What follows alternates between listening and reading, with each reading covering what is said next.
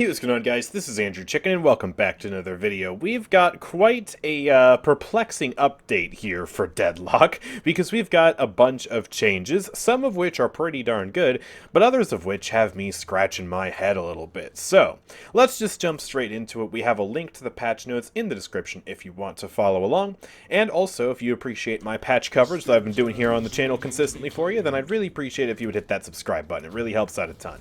But yeah, let's get started by just talking about the big change right away.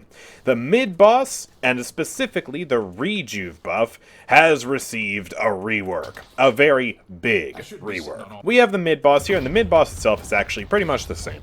The only thing they've done is they have changed some HP values around. So the mid-boss HP is now fixed at the spawn time. The HP won't gradually go up as the match goes on if the boss has not been killed. So basically, if this mid-boss here spawns in at like 10 minutes, right, and it doesn't get killed for another 10 minutes, its health pool will remain the same. And to compensate, they have increased the base HP, the starting value, from 6,725 to 12,500, so they've doubled the base HP.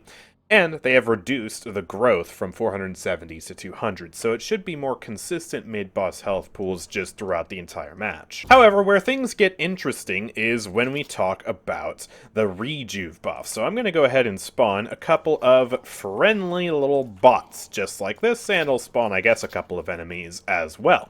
And I'm going to go ahead and just kill the mid-boss with my supercharged Infernus. Whoa! There we go. So... yeah, that's new. So we now have 3 mid-boss crystals, and you might be wondering, what the heck is up with this? Well, here's how it works. So they have reworked the Rejuv reward from the mid-boss. It no longer buffs troopers, reduces respawn time, or buffs various stats. Upon the mid-boss death, 3 Rejuv crystals fall to the ground, and it'll be 4 for subsequent mid-boss kills. Uh-oh. So yeah, when you kill the first mid-boss, there will be 3, but then for every other mid-boss, there will be 4. If you claim one, it will now grant you in-place revive after 3 seconds, which is an effect that previously existed on an old item that someone actually talked about in my comments section the other day and that I brought up in a video, which would respawn you after a short delay if you died. So that's what the mid-boss Rejuv buff does now. If you already claimed one and you claim another one, it'll go to an ally, and the priority is the closest allies first, and then the most recent dead allies.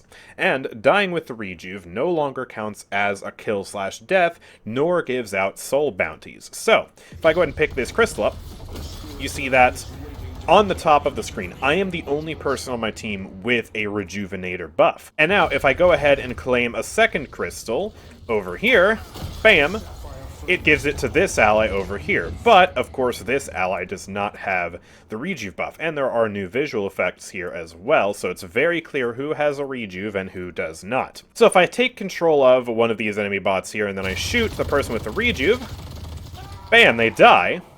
But they get back up, they're fine, and boom, and then the Rejuv is consumed, so they basically are allowed to stay in the fight instead of truly dying. In addition to having this spawn-in-place mechanic, you will also gain 20% extra max health, 20% extra fire rate, and 15% extra spirit damage.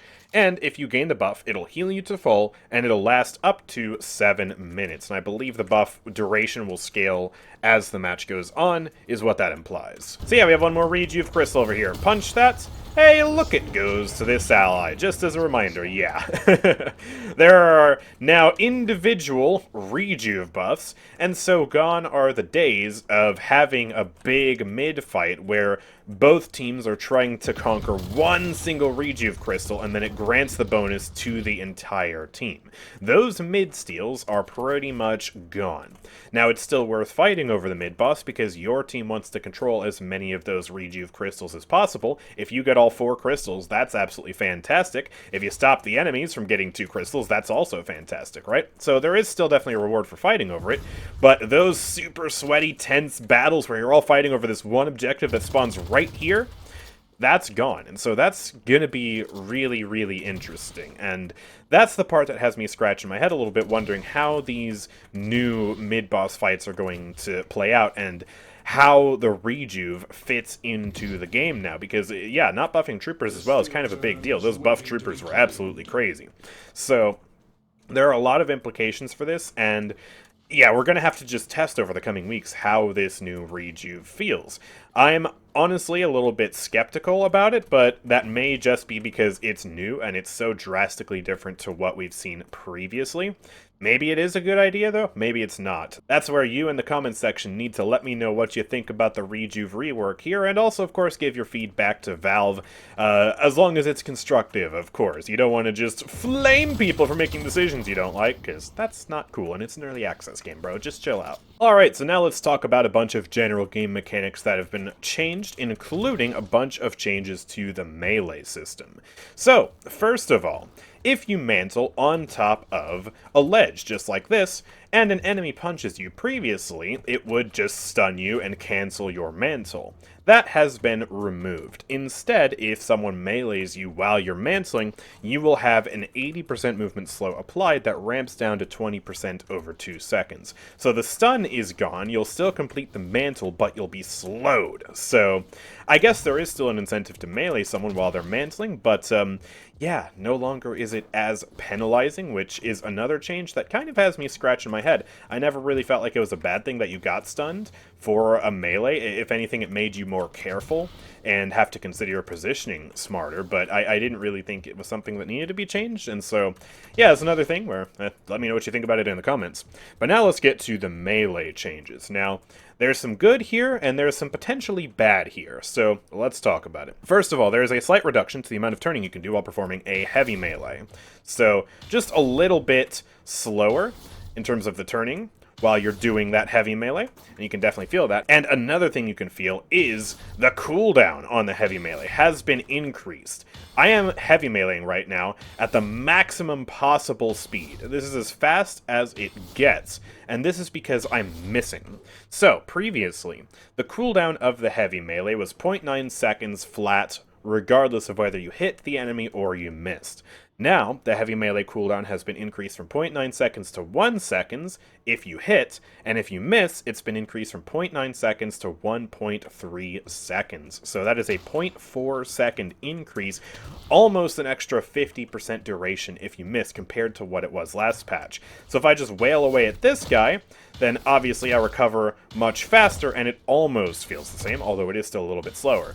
But then if I miss, right, I'm trying to bait a parry, then I also have to wait a little bit longer before I hit my next melee. So this is a pretty big nerf to the melee system across the board. Obviously, this will hit melee-focused builds the hardest, so characters like Abrams, right, will definitely be hurt by this. But we're not done. They have also made it so that the parried stun duration is no longer reduced by debuff resistance. So, Abrams players, actually in this build I literally just played in the last Hero Quest stream, doesn't really work anymore. Weighted shots, debuff remover, these do not affect parries anymore. That is a really big deal. So you can't just face tank parries with items anymore. You have to skillfully dodge them, and then if you do successfully bait the parry, your heavy melee recovery time is slower.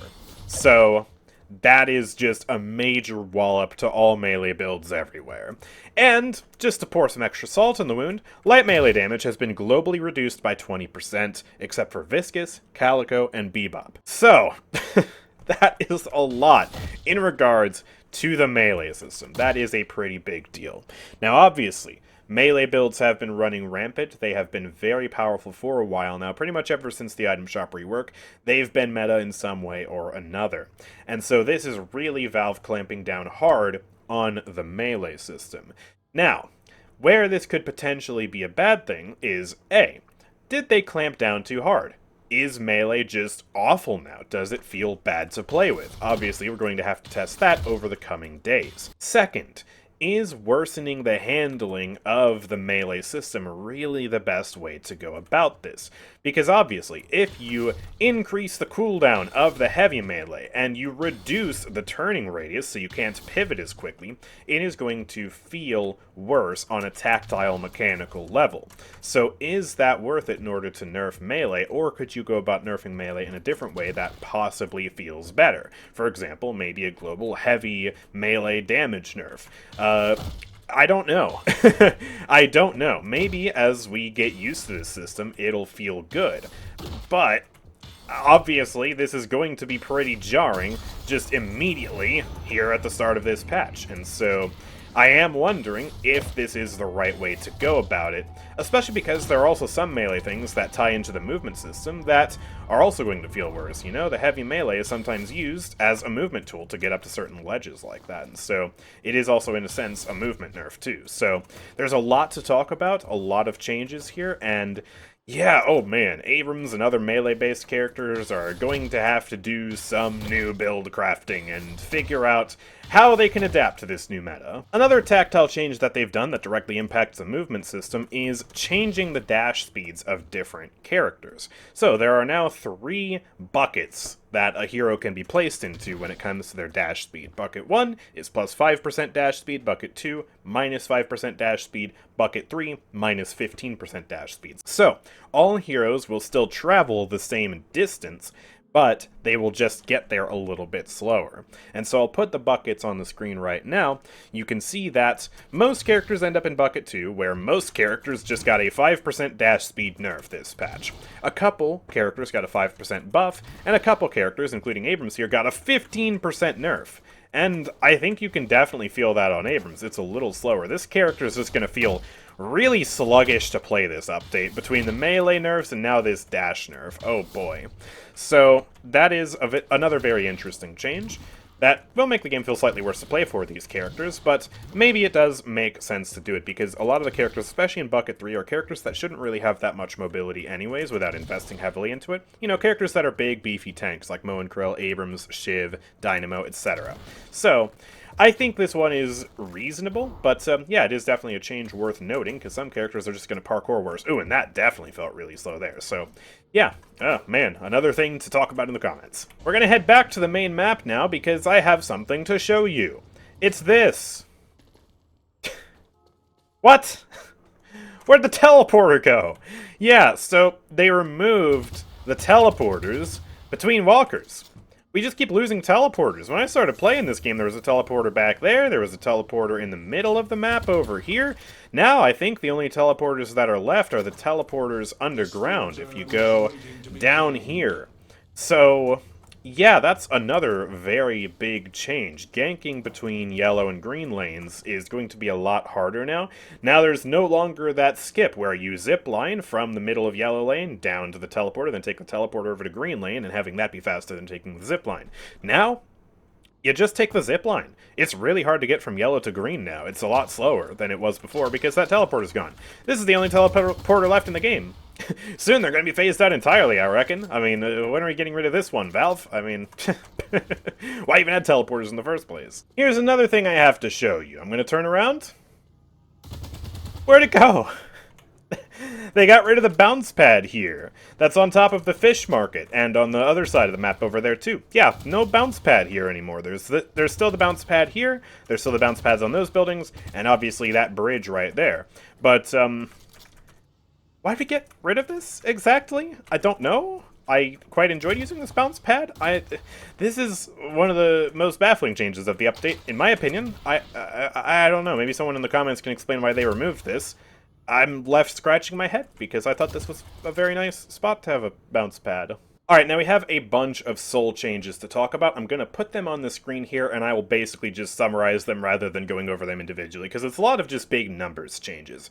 But basically, the gist of it is, after 20 minutes, troopers will spawn faster. So, the time between waves will be cut down by 5 seconds, and to compensate, general trooper bounty growth has been reduced by 1.5 to 1.2. So you get a little bit less souls from troopers later on in the match, but they do spawn faster later in the match, so it should even out. They've also updated the trooper ally split so that if you have 3 players on a lane, you get slightly more souls, but if you have 5 or 6 players on a lane, you get slightly less souls than before. Breakable souls from boxes have been nerfed in their growth per minute, and comeback multipliers have also been reduced, but neutral farms have been slightly buffed in terms of their bounty. Medium neutrals and strong neutrals, meaning the tier 2 and tier 3 camps, have however had their respawn rates increased increased by quite a lot. Sinner sacrifices have also been changed to compensate for the melee changes, because it takes longer to actually kill a Sinner sacrifice now. So, they do slightly more retaliatory damage from 40 up to 60,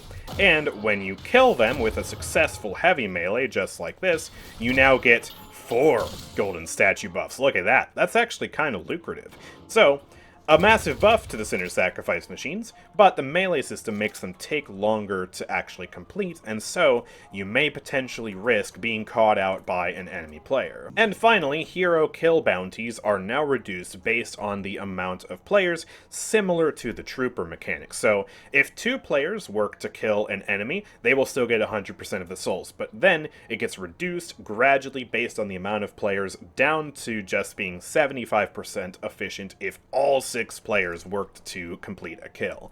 So, it's less effective to actually get souls now in a large team fight where basically everybody's there, compared to small skirmishes where you still get 100% of the souls. Alright, we've got a couple more general changes before we finally get to talk about item and hero balance. So, the movement speed slow when shooting has been reduced from 30 to 25%. You can shoot and walk a bit faster now.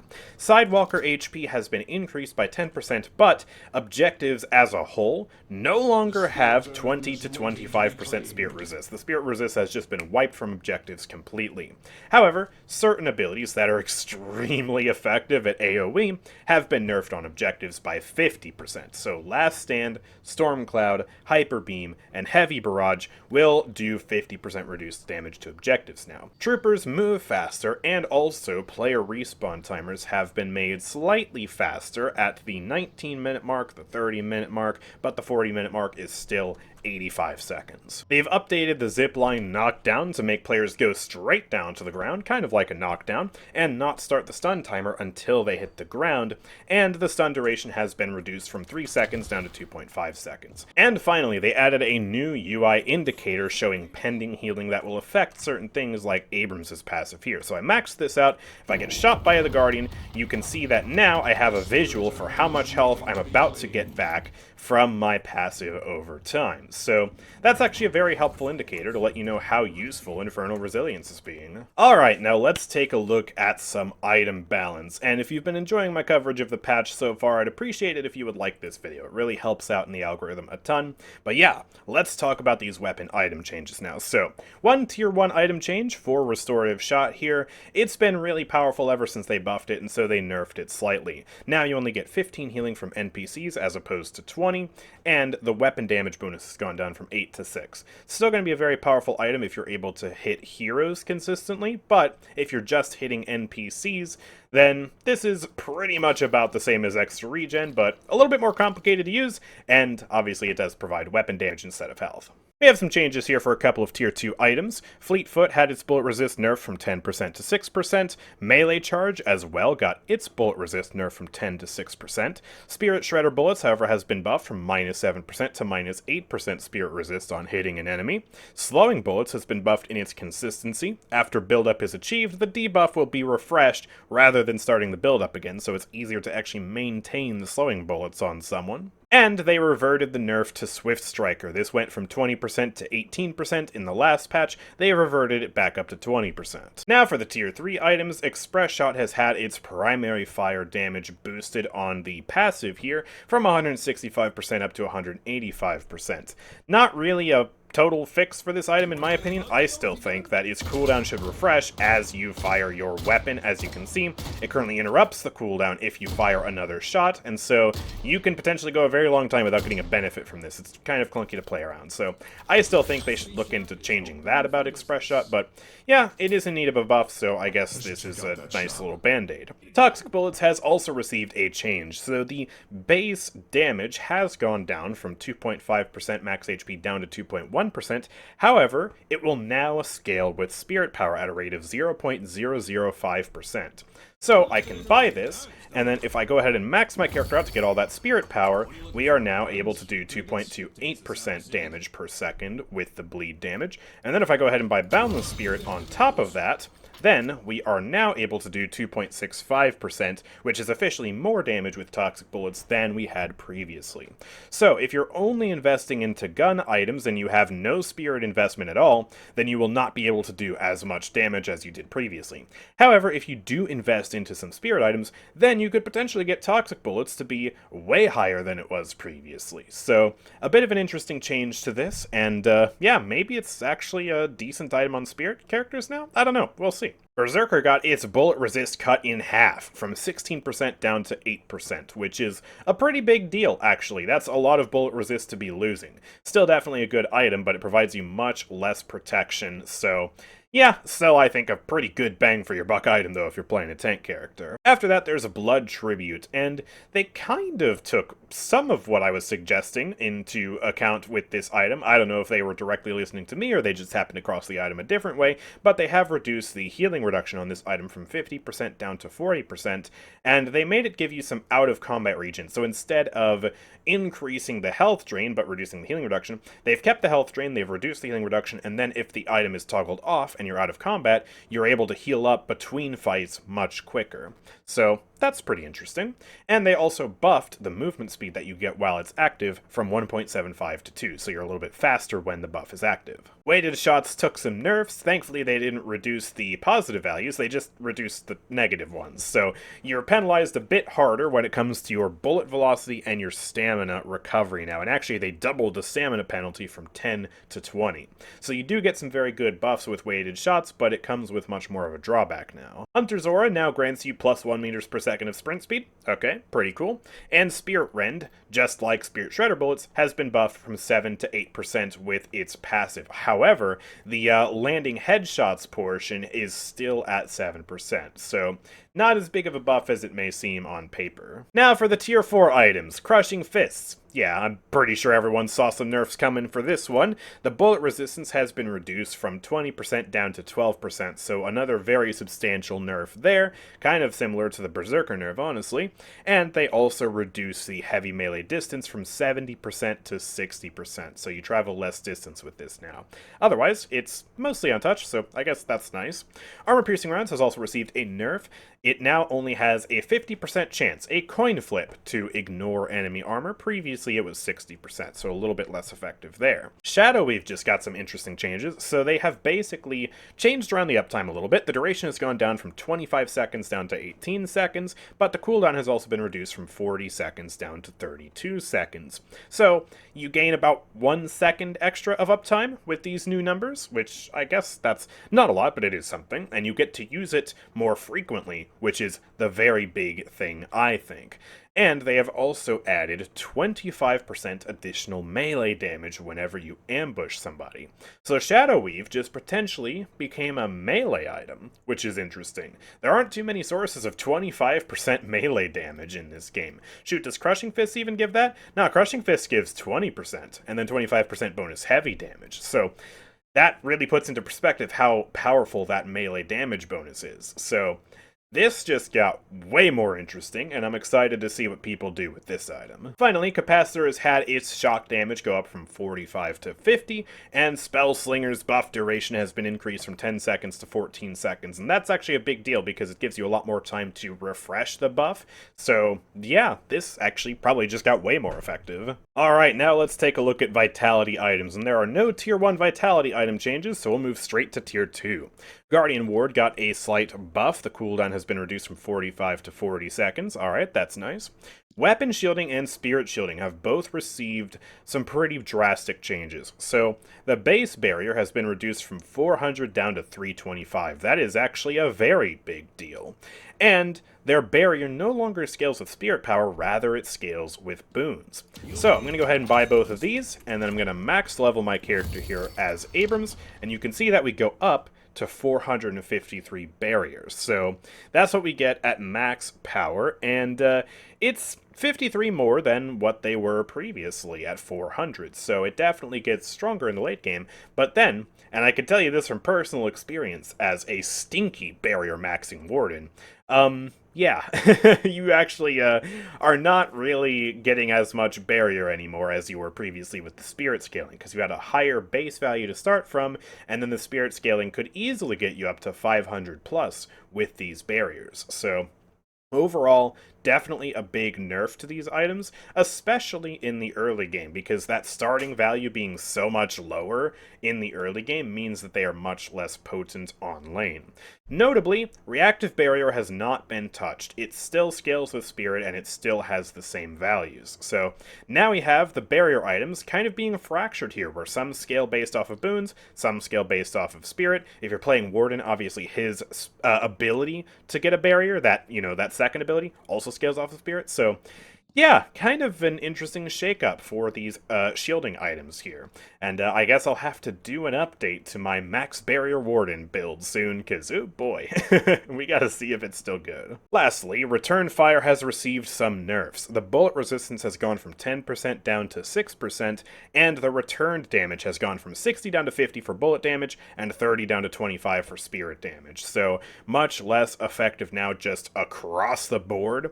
Granted, it was a very good item that also scaled very well into late game for very little cost, because it's only 1600 souls and it returns damage based on all of the gun items that the enemies are buying. So yeah, I definitely see why this got nerfed. Now on to the tier 3 items. So Metal Skin and Veil Walker have both had their cooldowns reduced from 14 seconds to 12 seconds on Veil Walker and 24 seconds down to 20 seconds on Metal Skin.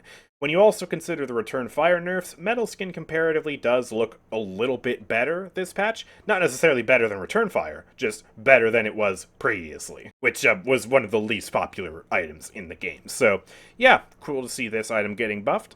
Debuff Remover has received some nerfs, because I don't know, actually. I feel like it doesn't really need nerfs, because, like, I like resisting debuffs. I feel like getting stunned and, CC'd over and over is kind of not a fun thing, so, I don't know. Anyways, at least they didn't nerf that component of it. They only nerfed the bonus health that you get. It's gone from 125 down to 100, and they have increased the cooldown from 45 up to 50 seconds. So yeah, it's debuff remover nerfs. I mean, I guess you could honestly totally remove the bonus health component of this item and it would still be fantastic. But we also said the same thing about Fortitude with the damage component, and then they removed that, but also nerfed the item into the ground in terms of its other stats, and so I don't know. Just, I don't really like seeing the debuff remover item get removed, or just debuff resist in general. I really don't like getting stunned. Have I mentioned that before? Trophy Collector's out of combat regen has been increased from 2 up to 3.5, just a small buff there, and Spirit Resilience has actually been nerfed. The passive Spirit Resist that you get, just whatever health value you're at, not talking about the 30% that you get when you're below 30% health, that has been reduced down to 25%. So, notably, this doesn't affect Bullet Resilience. Bullet Resilience is still 30. So that's an interesting change, and considering how there's not an item that allows you to ignore spirit damage reduction like there is with guns and armor-piercing rounds, I think this is actually pretty reasonable, to be totally honest. Because, yeah, like, not being able to avoid spirit damage reduction while gun builds are allowed to avoid gun damage reduction, it's just... it's a totally different dynamic, and yeah, I think having lower spirit damage reduction values to compensate for that totally makes sense. Finally, for the tier 4 items, there's only 2 changes. First of all, Divine Barrier, just like Guardian Ward, had its cooldown reduced from 45 seconds to 40 seconds, very nice. And I'm sure a lot of people will be happy to hear this, Cheat Death has had its bug fixed, where certain executes would just go right through it. So, Shiv, Grey Talon, those executes will not be going through Cheat Death now. It works properly now, so that's a pretty big buff to this item, actually. Now onto the spirit items, and maybe someone at Valve did watch my video about the worst items in the game, because look at what they did to Rusted Barrel. They actually buffed it in a pretty major way. So first of all, they reduced the cooldown from 25 seconds to 20 seconds, very nice, but also they added minus bullet resist to the item, which now makes it actually pretty similar to Spirit Sap, which lowers their spirit damage and their spirit resist. It's less powerful because it's a tier 1 item, But it now has that minus bullet resist, and it has parity with Disarming Hex, where Disarming Hex provides greater minus bullet resist. So that's actually pretty cool. That's a really good step in the right direction. Now you have a reason to buy this over Suppressor, because it lowers their bullet resist, and Suppressor doesn't do that. And also, they nerfed Suppressor. They lowered its fire rate reduction from 35% down to 30%. Still a very powerful item because it's so cheap and characters like 7 can apply it to multiple people consistently super easily. But yeah, it now has less of a fire rate reduction than Rusted Barrel. So yeah, this is actually a pretty sizable buff for Rusted Barrel here. Will it all of a sudden be a super good meta item? We'll have to wait and see, but yeah, I'm very pleasantly surprised to see this. Now, let's talk about the other Tier 2 items. Cold Front Spirit Resistance has been reduced from 10% down to 6%, so even less spirit reduction in the game now. Slowing Hex has been buffed in its duration from 3 seconds to 3.5 seconds. Alright, I'm fine with that. Bullet Resist Shredder actually got a buff from minus 12% to minus 13% bullet resist. Spirit Sap did also get some buffs, by the way, too. Spirit Power Reduction has been increased from minus 15 to minus 18, and the cast range has been boosted from 30 meters to 40 meters. And finally, they increased the bonus health from 50 up to 75. So those are actually some pretty big buffs to Spirit Sap as well. Both this and Rusted Barrel are eating good this patch. In the Tier 3 category, we have Disarming Hex getting a buff to match the cooldown of the newly buffed Rusted Barrel from 25 seconds down to 20 seconds. Surge of Power got a lot of number changes, actually. So they increased the cooldown from 8 seconds to 14 seconds. That's actually a big uptime nerf. They increased the duration from 6 seconds to 8 seconds, and they also buffed the buffs that it gives you. They took the fire rate from 20% up to 22%, and they took the spirit power from 25 up to 28. So yeah, that's pretty interesting. I'm kind of surprised to see such a sharp change in the cooldown and the duration of this item. But yeah, Surge of Power ultimately, hopefully, will be a little stronger this patch. DK as well also got a slight damage buff from 2.4% up to 2.6%, and it does still scale with Spirit Power. I feel like this item kind of fell off, actually. I stopped seeing it nearly as frequently as I did near the start of the patch, and I guess Valve felt that they nerfed it too harshly, and so, yeah, they're returning a little bit of power to this. Now, finally, let's talk about Tank Buster, which got by far the most interesting change, I think, in the entire Spirit category, because this item, well, hey, you know how I said that the Spirit category has pretty much nothing that's able to pierce through Spirit damage reduction in the same way that the gun category has armor-piercing rounds? Well, now, Tank Buster ignores Spirit resistance. What? That's a really big buff to this item. Now, they did reduce the damage that it deals from 6% max health down to 5% max health, but that doesn't really matter, because if the enemies had like 50% spirit damage reduction, which was absolutely achievable with multiple items and on characters with certain damage reduction abilities, you would be doing 2.5% max health, or 2% max health, or however much based on the damage reduction they had. So now this just cuts straight through all of the damage reduction. Now, it won't make the actual damage of the ability pierce through spirit resistance. It's just the max health bonus damage component. But that's still actually quite a big deal for Tank Buster here, so I think we'll be seeing a lot more of this item here. I don't know, this looks pretty good. And for the last 3 items in the game, Scourge's projectile speed has been increased from 800 to 1600, so if you use it on an ally, then it'll reach them a little bit faster. Focus Lens's cooldown has been reduced from 28 seconds down to 25 seconds, a bit more uptime on that. And Vortex Web's projectile speed has also been increased from 1800 to 2400, so it's a bit easier to use now. And that's it. That's all of the item changes. So now we can talk about hero balance. Up first we have Bebop, who is getting quite a few changes here. First of all, he no longer passively has 10% base bullet resistance, so he will be a little bit weaker in the early game. And I specify that because, well, now he gets the bullet resistance per boon, as you can see right here. So if I go ahead and max level my character, we do end up going back up to 10% bullet resist by the time we have all of our max boons. So, yeah, basically just an early game and mid game Bebop nerf here, where he has either 0% at the start or slightly less damage reduction than he did previously in the mid game.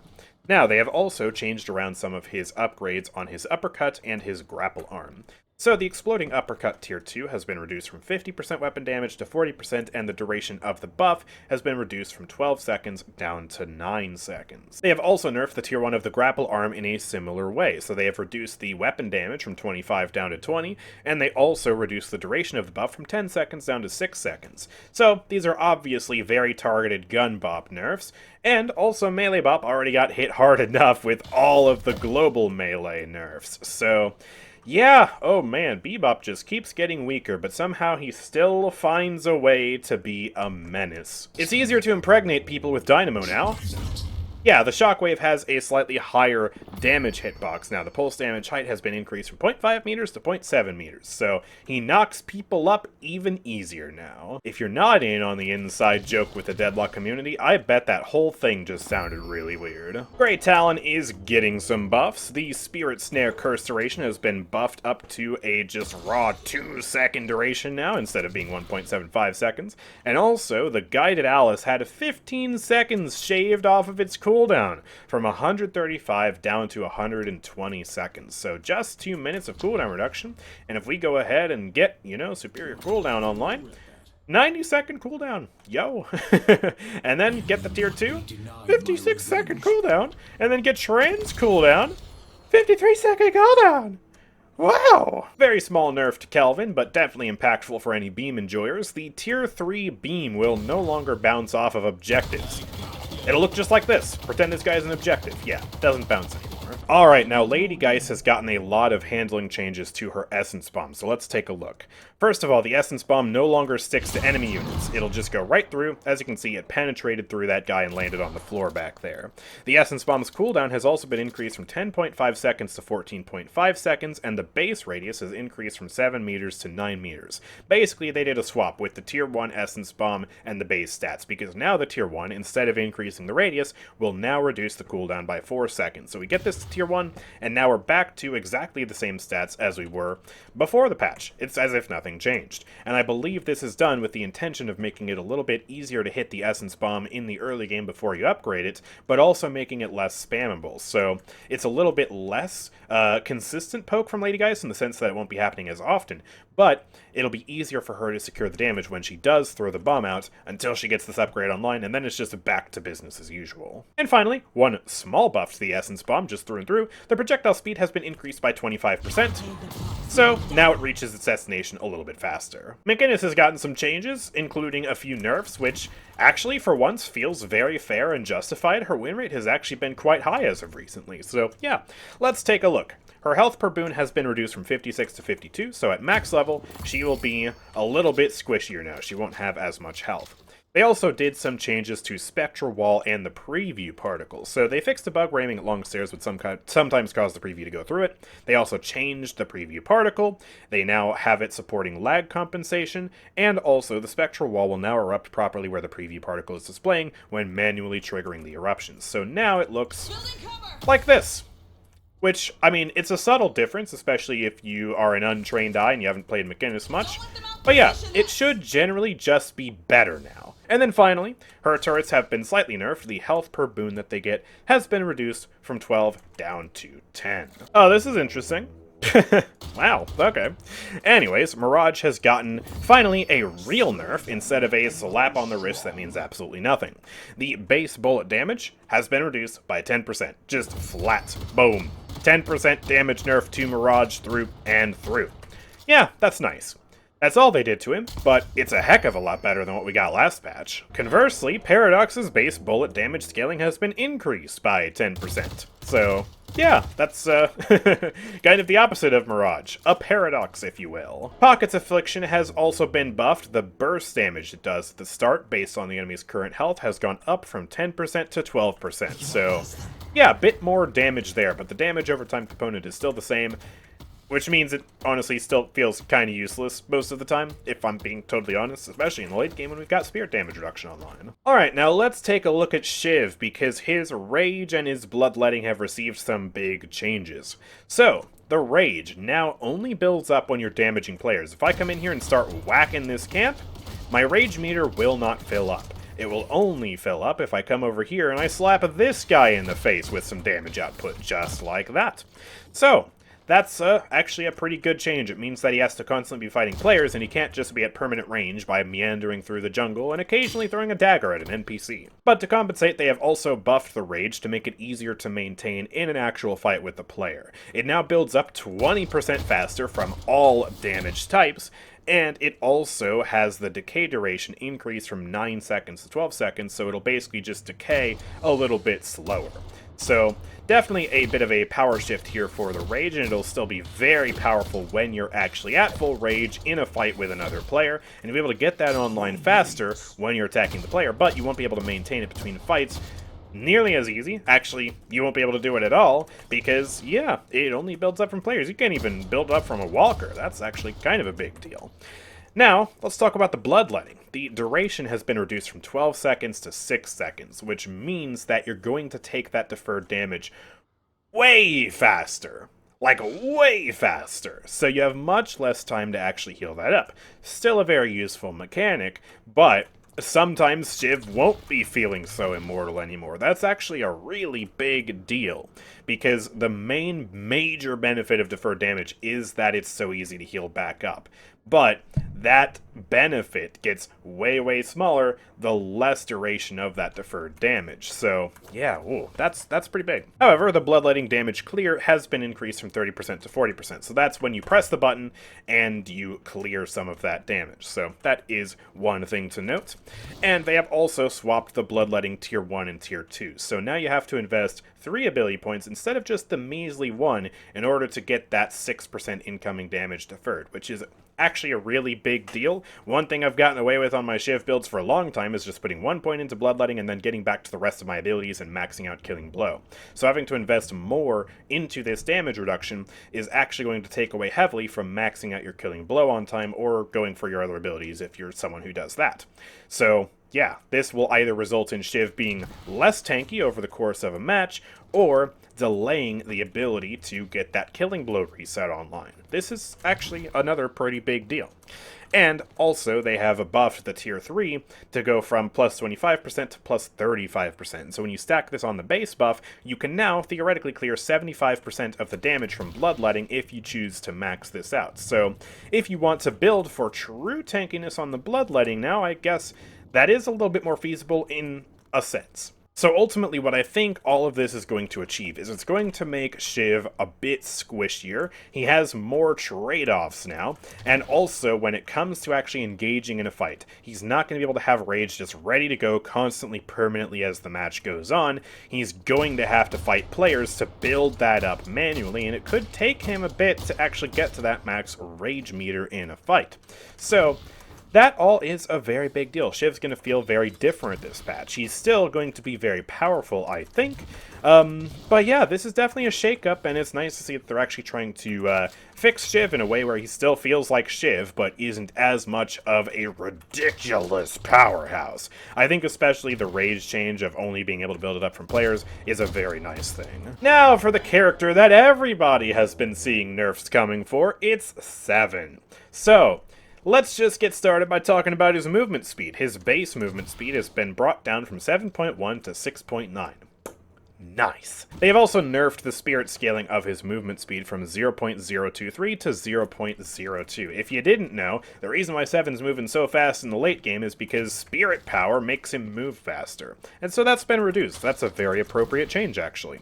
Now, when it comes to the power surge, the tier 1 and the tier 2 have been swapped. So now you get that minus 15% spirit resist way later into the match.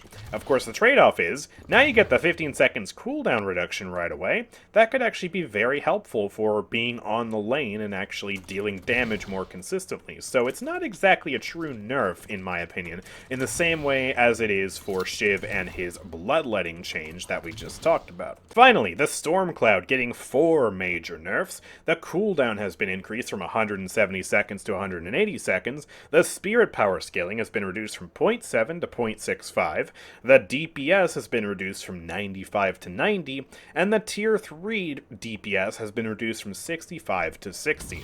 So you're going to be able to Storm Cloud with less frequency, and it's going to do less damage, just period, no matter what. Still, a very impactful ultimate, no doubt, but it won't be hitting as hard this update. But you can still just, you know, buy Lightning Scroll, buy Infuser, and just be a very terrible person. So, yeah, I think 7's still going to be very strong, despite these nerfs that do definitely hit him with some strength. You know, it's not a slap on the wrist like they've given to Mirage in the past. So, yeah, this is nice, but he may need more. I don't know. We'll just have to see, because he's still going to be a very powerful character, regardless of these nerfs. Vindicta has also received 2 nerfs. First of all, the Crow's Tier 1 that allows it to bounce to other enemies will no longer bounce off of objectives, very similar to Kelvin's Beam this update. And also the Stakes Tier 3 has been reduced from 2 meters of capture radius down to 1 meters of capture radius. So, yeah, a little bit harder to actually... Oh, wow, I missed. A little bit harder to actually hit enemies with this tether now. And, yeah, I think that's very reasonable. Now, I've grown wary of seeing Viscous in the patch notes for a while now, because the last few patches, they've done my boy dirty and they've nerfed him. Small nerfs for sure, but over time they add up. But this time, I'm actually pleasantly surprised. They buffed him. Yay! I mean, the general melee nerfs still hurt the melee playstyle, but they've buffed the Puddle Punch actually pretty drastically to compensate. Puddle Punch's cooldown has been reduced from 30 seconds down to 24 seconds. That's actually a major cooldown buff. And they buffed the Tier 3 from minus 11.5 seconds of cooldown to minus 12 seconds of cooldown. So it's not a trade-off where, you know, they take some cooldown out of the base cooldown, but then also reduce the Tier 3's effectiveness. No, they just flat out buffed it. So if we get this maxed out now, we're now looking at a 12-second base cooldown on Puddle Punch. That's actually so fun. And obviously, if we get rapid recharge on that, we get superior cooldown on that. We're looking at a 9-second cooldown on the Puddle Punch with 4 charges. That's fun. Oh, the rollouts we're going to be doing this patch. Oh, this is going to be very, very fun. I'm looking forward to playing with that. Warden is getting some nerfs as well. The base bullet damage has been reduced from 17 down to 15, much more substantial than the previous damage nerf. However, the bullet damage growth over the course of the match from boons has gone up from 0.38 to 0.44, so we'll get some of that power back towards the end of the match. His DPS has also been reduced from 74 to 70, at least that's what it says in the patch notes. What they meant to say is his last stand DPS has gone from 74 down to 70, and also the last stand lifesteal versus non-heroes has been reduced from 15% to 10%, so a little bit less effective versus objectives. And bear in mind, Warden is one of the few characters who are affected by the now 50% damage reduction against walkers. That's only on specific abilities. So last stand will be doing basically, I guess you would consider it 5% lifesteal against walkers, because the damage is cut in half. So yeah, that's actually going to hurt him quite substantially when it comes to pushing walkers. Wraith is getting a slight gun tweak, so the bullet damage has been increased from 4.95 to 5.115. Interesting. And the bullet damage growth per boon has been reduced from 0.18 to 0.175, and they say in the patch notes that she will achieve the same overall peak damage. However, in the early game, her damage will be slightly higher. And I do mean slightly, like by a decimal value slightly. So, yeah, very small change. Finally, we have Yamato. Her alt-fire is getting a bit of a change, so the alt-fire base damage has been reduced from 63.36 down to 50. That's actually a pretty big nerf, but it now grows per boon, because I guess it didn't before. I didn't actually know that. I don't play much Yamato. So it now gains 0.7 damage per boon, and if we go ahead and max level, we see that the damage is now up to 73. So higher than it was before towards the end game. So yeah, I guess that's actually quite nice. I didn't realize that wasn't scaling with boons before. This new system totally makes sense. So yeah, that's gonna do it for today's video. Let me know what you think about the update in the comments section down below, because even though they said this was a minor update, there are still major sweeping implications for a lot of aspects of the game. Obviously, that Rejuvenator change is huge, and the changes to the melee system are very, very big. So Yeah, I'm looking forward to testing this update, but I also am a little wary of this update, because some of the changes look like they could potentially be a little bit weird, but maybe that's just me being paranoid and afraid of change. So I would love to hear your thoughts in the comment section down below. And also, of course, if you found this video helpful, of course, make sure to drop a like and subscribe down below. It really helps the channel out a ton. With all that being said, thank you guys for watching. I will see you all next time. Peace out.